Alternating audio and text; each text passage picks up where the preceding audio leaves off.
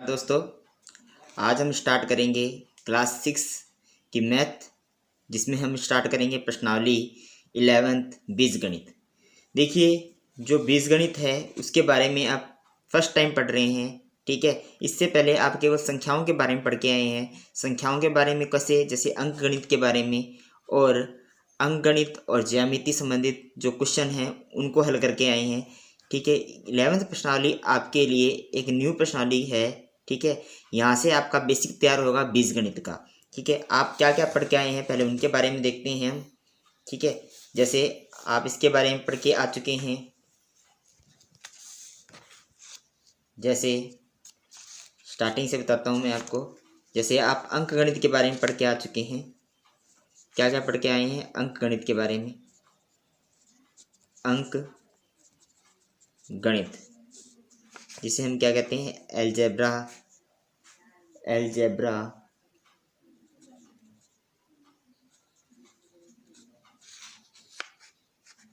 बीजगणित या अलजेब्रा के बारे में पढ़ के आ चुके हैं। इसके बारे में आप क्या पढ़ के हैं? केवल संख्याओं के बारे में। संख्याओं के बारे में जैसे 2, 4, ठीक है, और इनसे संबंधित कुछ क्वेश्चन जैसे जोड़ घटाव, जैसे 2 + 4 = 6, इनके बारे में आप पढ़ के आ चुके हैं। और क्या पढ़ के आ चुके हैं आप? इनकी गुणा, जैसे 2 और 4 का गुणा किया तो 8, और इनसे संबंधित कुछ क्वेश्चन, ठीक है, इनके बारे में आप पढ़ के आ चुके हैं, जैसे लाभ हानि, चक्रवृद्धि ब्याज। ठीक है, ये सारे किस में आएंगे? अंकगणित के क्वेश्चन आते हैं। सेकंड, आप ज्यामिति के बारे में पढ़ के आए हुए हैं। ज्यामिति यानी ज्योमेट्री, यानी कि ज्योमेट्री के बारे में आप पढ़ के आए हैं। ज्योमेट्री के अंदर आपने क्या पढ़ा है? जितनी भी शेप हैं, आकृतियां हैं, ठीक है, उसके अंदर 2D शेप आ जाती है, 3D शेप आ जाती है। 2D शेप के अंदर कौन कौन आता है? जैसे आयत, वर्ग, वृत्त। आयत यानी कि ये आयत बन गया, ये वर्ग बन गया हमारा। ठीक है, ये आयत, ये वर्ग, और ये क्या हो गया? वृत्त हो गया। 3D आकृतियों के बारे में आप क्या पढ़ के आए हैं? घन और घनाभ संबंधित क्वेश्चन, इनके बारे में आप पढ़ के आ चुके हैं। अब हम स्टार्ट करने जा रहे हैं अपना बीजगणित। ठीक है, बीजगणित एक आपके लिए न्यू टॉपिक है। बीजगणित में हम अक्षरों के बारे में अध्ययन करेंगे, अक्षरों के साथ संख्या का अध्ययन करेंगे। ठीक है, और इसके अंदर हम क्या करेंगे?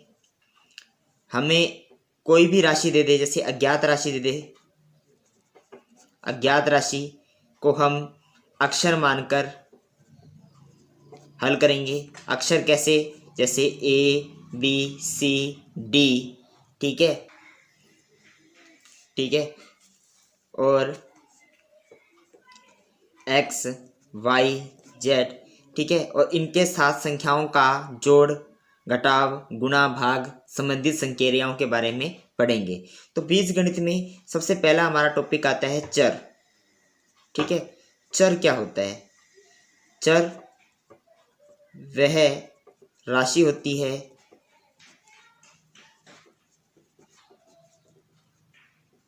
जिसका मान क्या होता है? निश्चित नहीं होता है। जिसका मान निश्चित नहीं होता है, जिसका मान निश्चित नहीं होता है,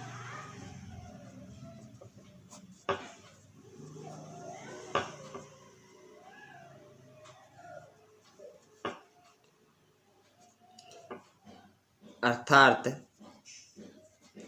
ठीक है, मान बदलते रहते हैं।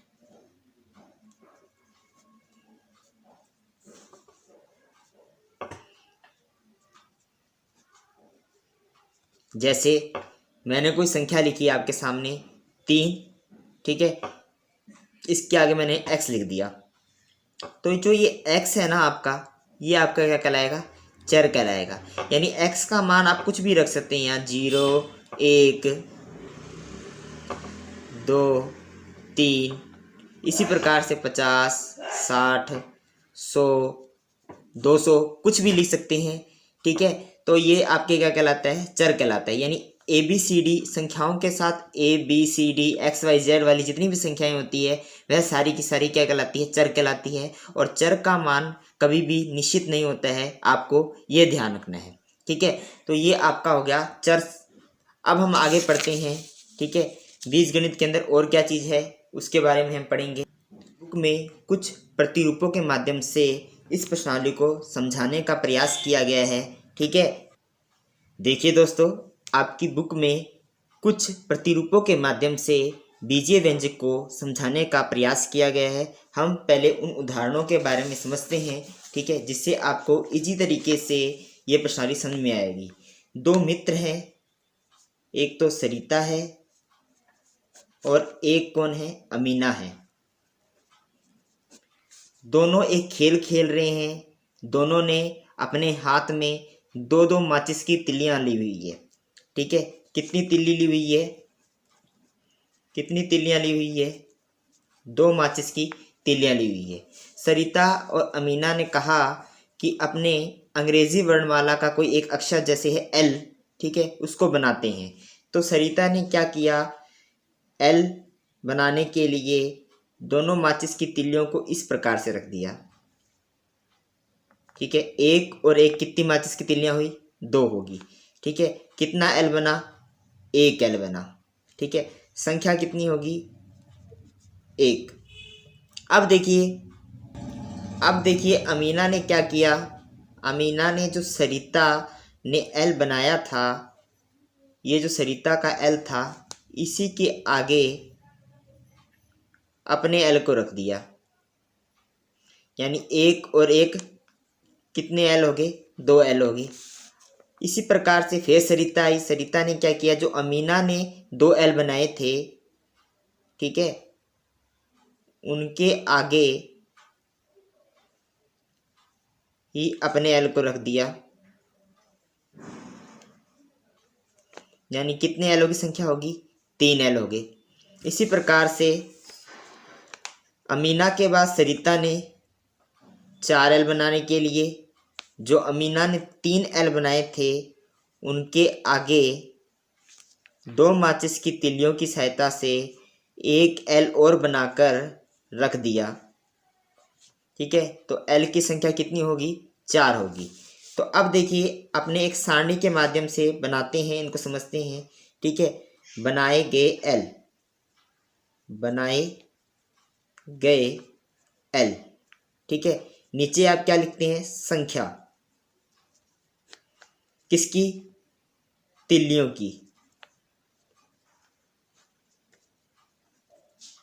ठीक है, एल कितने बनाए गए हैं, एक। तो कितनी माचिस की तिल्लियां लगी है, एक और एक, दो। ठीक है, एल कितने बनाए गए हैं, एल बनाए गए हैं दो। तो कितनी माचिस की तिल्लियां लगी, एक, दो, तीन, चार। एल बनाए गए हैं एक, दो, एल बनाए गए हैं तीन। तो कितनी माचिस की तिल्लियां लगी, एक, दो, तीन, चार, पाँच, छः।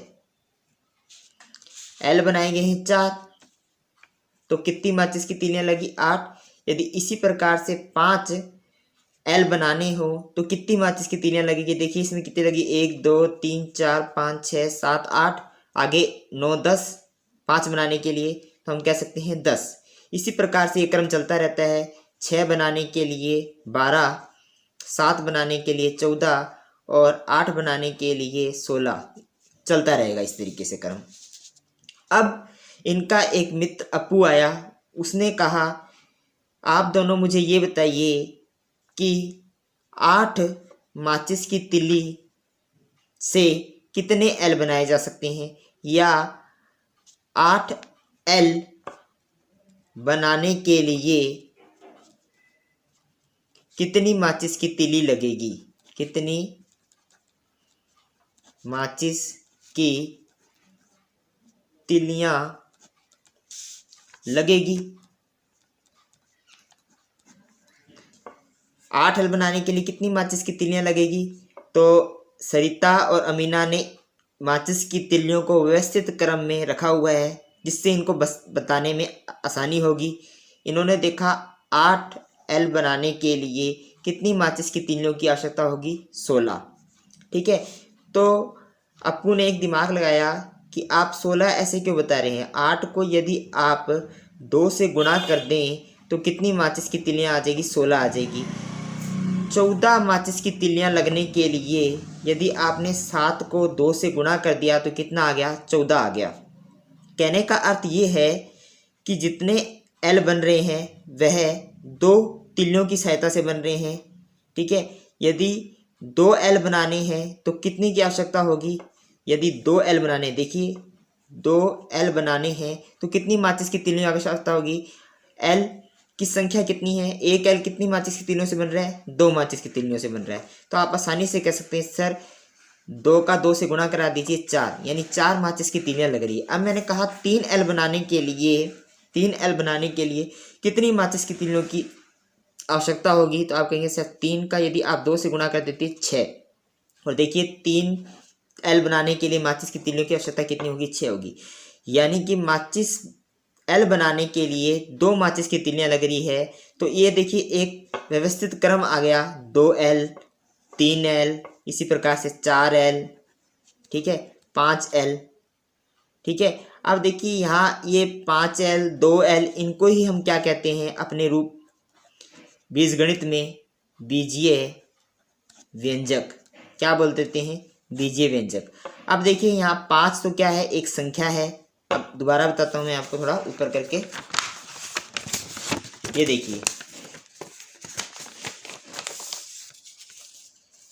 देखिए यहाँ जो 5 है और एल है, ये 5 तो एक क्या चीज़ है? संख्या है, और यहाँ एल क्या है? एक अक्षर है।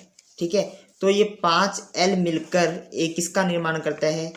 बीजीय व्यंजक का निर्माण करता है। और 5 और एल के बीच में कोई निशान नहीं आ रहा है, तो हम इसके बीच में हमेशा गुणा का निशान बनाएंगे। यानी 5 एल का जब हम 5 का एल से गुणा करेंगे तो 5 एल लिखेंगे। यदि 6 एल है ना, इसको हम क्या करेंगे? 6 गुणा में एल। इसी तरीके से यदि कोई संख्या आ जाए आपके सामने 3x, तो इसको आप क्या लिख सकते हैं? 3 गुणा में x। और यहाँ x का मान क्या है? निश्चित नहीं है। x क्या है? एक चर है, और मैंने आपको चर की परिभाषा पहले ही बताई थी। चर का मान क्या होता है? निश्चित नहीं हो सकता है। यहाँ आप कुछ मर्जी रख सकते हैं, 2, 3, 4, 5, 6। ठीक है, तो इस तरीके से ये आपके बीजीय व्यंजक है। कौन सा बीजीय व्यंजक है? जब गुणा आ जाए। अब जोड़ के लिए, घटाव के लिए बीजीय व्यंजक किस तरीके से आता है? देखिए जोड़ के बारे में बीजीय व्यंजक समझ लेते हैं हम थोड़ा सा। जोड़ का बीजीय व्यंजक कैसे आएगा समझना थोड़ा। मैंने आपसे कहा कि सरिता की आयु अमीना की आयु से 10 अधिक है। ठीक है, सरिता की आयु, इसने क्या बोला है? जो सरिता की आयु, इसको एक समीकरण के रूप में लिखते हैं। सरिता की आयु इक्वल टू अमीना की आयु से 10 अधिक है। यानी कि यदि अमीना 1 की होगी तो सरिता कितने की होगी? 1 + 10 11 की होगी। यदि अमीना 2 की होगी तो 2 + 10 कितने की होगी? सरिता 12 की होगी। इसी तरीके से अमीना 3 की होगी तो सरिता कितने की होगी? 13 साल की होगी। इसी प्रकार से अमीना यदि 10 साल की होगी तो 10 और 10 कितने हो गए? 20। सरिता कितनी साल की होगी? 20 साल की। तो आप यहाँ देख सकते हैं ये अमीना की आयु कोई निश्चित नहीं है। जो निश्चित नहीं होगा उनको एक चर के द्वारा व्यक्त कर लिया जाता है। इसको चर मैंने मान लिया y + 10। सरिता की आयु भी हमें पता नहीं है कितनी है कितनी नहीं है। ठीक है, लेकिन हम कह सकते हैं जो भी सरिता की आयु निकलेगी वह y का मान रखेंगे तो उतना ही सरिता की आयु निकल जाए। जैसे y का मान मैंने 1 रखा तो 1 + 10 कितना हो जाएगा? 11 हो जाएगा। तो सरिता की आयु को हमने y + 10 के रूप में लिखा है। y + 10 भी क्या कहलाएगा? एक बीजीय व्यंजक कहलाएगा। ठीक है, y + 10 भी क्या कहलाएगा? एक बीजीय व्यंजक कहलाएगा। लेकिन अब दोनों संख्या और चर के बीच में किसका निशान है? प्लस का निशान है। ठीक है, तो ये क्या हो गया? धनात्मक बीजीय व्यंजक कह सकते हैं हम। ठीक है, प्लस के लिए बीजीय व्यंजक है। और यहाँ देखिए 3 गुणा में x, यहाँ 3x है, यानी 3x, तो इनके बीच में क्या है 3 गुणा में x, इनके बीच में गुणा का निशान आ गया। y प्लस का 10 लिखा है तो इस बीजीय व्यंजक के बीच में किसका निशान है, प्लस का निशान है। अब हमें घटाव का समझते हैं, ठीक है, एक हम घटाव का समझते हैं, देखना।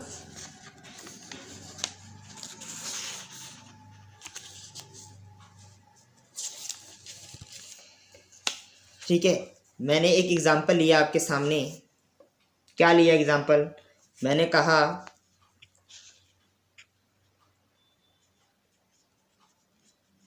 रमेश की आयु राम से, ठीक है, रमेश की आयु राम से 3 कम है। यानी रमेश की आयु निकालने के लिए राम की आयु में से 3 कम करना है। 3 कम का अर्थ क्या है, 3 कम कर दीजिए, यानी घटाव कर दीजिए, ठीक है। यानी कि एक पहेली टाइप का प्रश्न है, ठीक है। तो अब देखिए, यदि राम की आयु में 5 मानूं तो रमेश की आयु कितनी हो जाएगी, 5 में से 3 गया 2 की हो जाएगी, ठीक है। कितने की हो जाएगी, 2 की हो जाएगी। यदि रमेश की आयु में 7 मानता हूँ तो 7 माइनस का 3, 7 माइनस का 3 कितनी हो जाएगी, रमेश की आयु 4 हो जाएगी। यदि मैं राम की आयु 10 मानता हूँ तो 10 में से 3 गया यानी कि 7, तो रमेश की आयु कितनी हो जाएगी, 7 हो जाएगी। अब देखिए, यहाँ जो राम की आयु है उसी के ऊपर निर्भर कौन कर रही है, रमेश की आयु निर्भर कर रही है। तो राम की आयु को हम कुछ मान लेते हैं, हमने मान लिया x या y, ठीक है। यानी रमेश की आयु किस तरीके से निकल सकती है, यानी रमेश की आयु किस तरीके से निकल सकती है, यदि राम की आयु को y मान लिया या x मान लिया, कुछ भी उसमें से अपने 3 घटा दें। यहाँ y का मान निश्चित नहीं है, y का मान कुछ भी हो सकता है, 1 2 3 4 5 6 7 8, ठीक है। तो ये क्या आ गया, दोनों ये तो चर हो गया, ये क्या हो गया, संख्या होगी। चर और संख्या के बीच में यदि माइनस का निशान आ जाए तो ये बीजीय व्यंजक माइनस के लिए हो गया, ठीक है। अब हम